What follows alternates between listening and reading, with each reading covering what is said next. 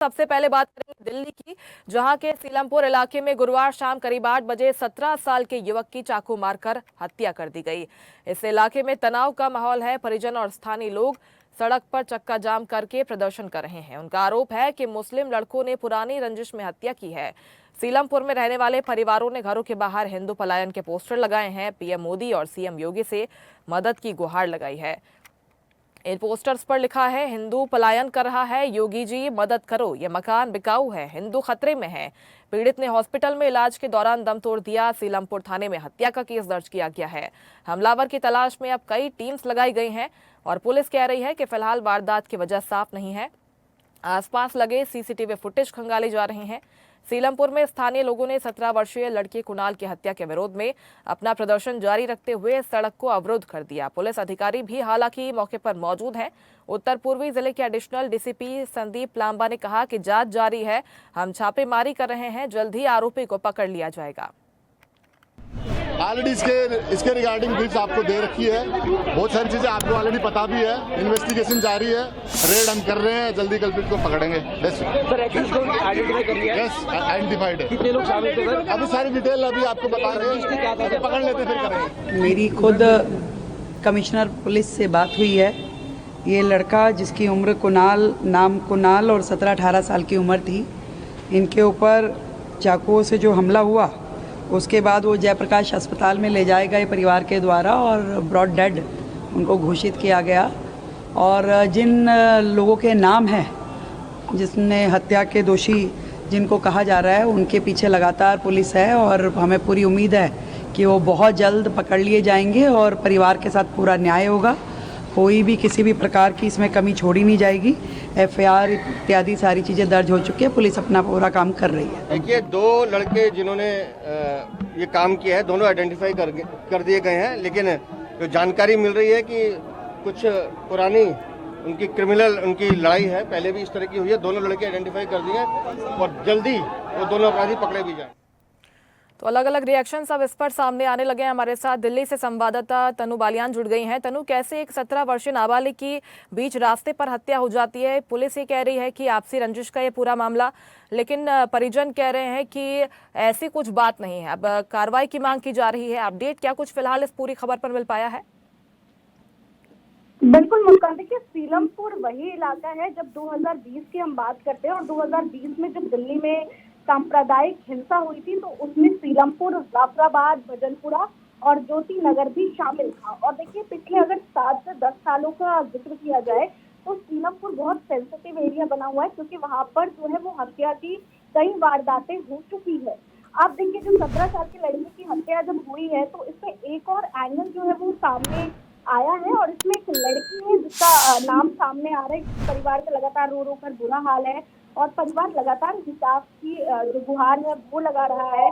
अब देखिए, एक लड़की है जो कि वहाँ की डॉन बताई जाती है, जिसकी वजह से भी जो दहशत का माहौल है वो बना हुआ है। उस लड़की के लिए कहा जाता है कि वो गुंडागर्दी में बहुत ज्यादा जो है वो माहिर है।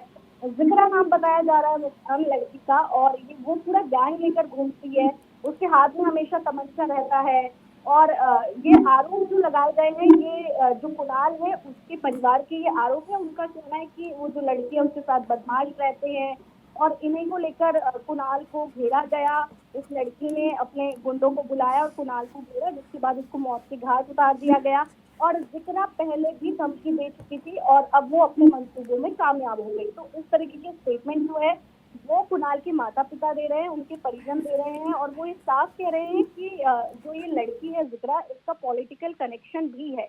और पहले भी देखिए, जिस तरीके से आपने भी जिक्र किया कि जो पोस्टर्स है वो लगाए जा रहे हैं, हिंदू जो है वो गुहार लगा रहे हैं, तो ऐसी चीजें पहले भी सामने आई है कि लगातार ये बातें कही जा रही है कि वहां पर, क्योंकि वो मुस्लिम एरिया है, तो लगातार हिंदू ये कहते हैं कि हम यहाँ पर सेफ नहीं है, हम सेफ फील नहीं कर रहे हैं। अब देखिए, आतिशी का भी स्टेटमेंट सामने आ गया। आतिशी लगातार सवाल कर रही है कि गृह मंत्री कहाँ है, कानून व्यवस्था कहाँ है। हालांकि मुख्यमंत्री रेखा गुप्ता की तरफ से स्टेटमेंट सामने आ गया है कि वो कार्रवाई की जाएगी और लगातार छानबीन भी की जा रही है, लेकिन अलग अलग बातें इसमें निकलकर सामने आ रही है। अब देखना ये महत्वपूर्ण हो जाता है कि जांच के बाद आखिर क्या कुछ सामने आएगा, क्योंकि जांच हो रही है, जांच चल रही है और तब तक वेट करना चाहिए। मुस्कान। बिल्कुल तनु, सीधे सवाल यहाँ पर कानून व्यवस्था पर उठाए जा रहे हैं, क्योंकि पिछले दिनों गोकुलपुरी में भी इसी तरह का हादसा हुआ था, हत्या हो गई थी। और अब हम देख रहे हैं कि विपक्ष भी लगातार इसको लेकर सवाल उठा रहा है, साथ ही साथ विश्व हिंदू परिषद भी इसमें मुखरता से अपनी आवाज उठा रहा है। एक बड़े प्रदर्शन की तैयारी की जा रही है। तनु, आप बिल्कुल मुस्कान, देखिए बिल्कुल जिस तरीके से आपने गोकुलपुरी का जिक्र किया, और लगातार जब आम आदमी पार्टी भी सत्ता में थी तो ये सवाल उठते थे कि राजधानी में आखिर कानून व्यवस्था कहाँ है। लगातार हम भी जब ग्राउंड पर मौजूद होते हैं तो एक सुरक्षा व्यवस्था बड़ा मुद्दा है। अब उसी बात को लेकर देखिए बीजेपी लगातार एक्टिव मोड में हालांकि नजर आ रही है। अभी सरकार बने हुए कम वक्त हुए हैं तो कई रणनीतियां बनाई जा रही है। गृह मंत्री लगातार बैठक कर रहे हैं, हमने देखा पिछले दिनों गृह मंत्री ने भी बैठक की है।